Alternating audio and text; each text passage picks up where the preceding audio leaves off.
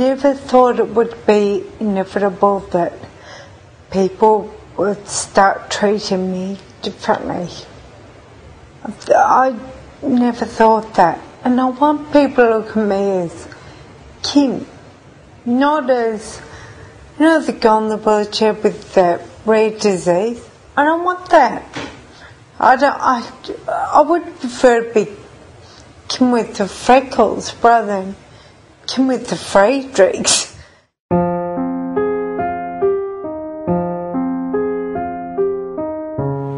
Friedreich's ataxia is a genetic disease that causes degeneration in the nervous system. It is devastating because it affects young children who are previously very healthy, and suddenly they become more and more unsteady. They ultimately need the use of a wheelchair, and tragically their life is shortened. My favourite one is the Gino. Mary had a 9-year-old Emma was recently diagnosed with Friedreich ataxia. In every other way, for now, her life is almost normal. Well, she was very early walker, so she was away before. She walked at 9 months. And she was always active and always into everything. And then from around about the age of 5 and a half, she was on her bike, and she kept being quite uneasy, and it was just a difficult. We didn't know what it was. We thought maybe that she just lost confidence in it. You just put these things. You can always find excuses when they're kids. And this is mine. I have. They're good sisters. They're good mates. They fight, of course, like all kids. But you know, Lauren's 6, but Lauren helps Emma every day with her school bag at school. Walks her into school with her just so that she's, so she gets in there okay. Yeah, no, they are good mates. Emma's got good support in her sister, even though she'll probably tell you that she's not. No, they are. They're good. They're good friends.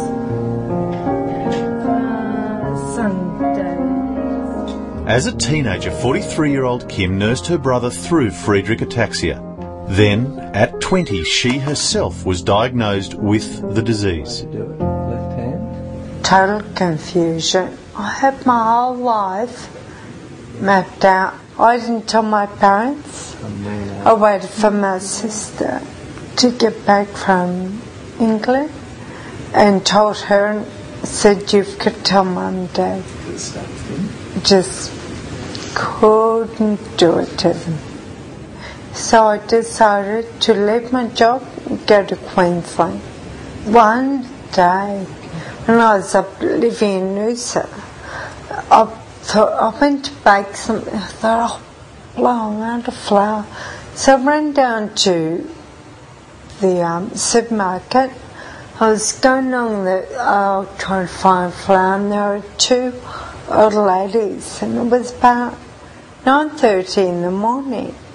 So I found the flour and I walked over and got it. And one old lady said to the other, "Oh, did you see that? She's come out from probably one of those night things.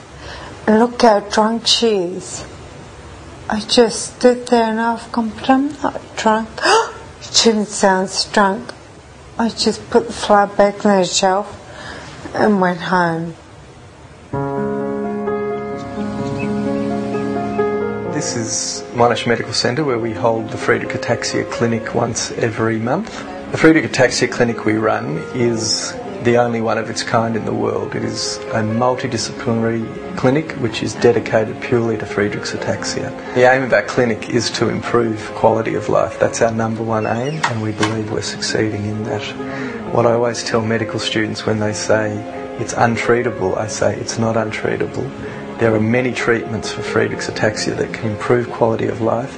Treating the heart can definitely prolong life, and all the various therapies that are used definitely improve quality of life. So even though we don't have a cure at the moment, there are many treatments.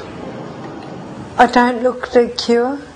I won't look at a cure, but I would love something to stabilise it. I really would. That would be heaven sent.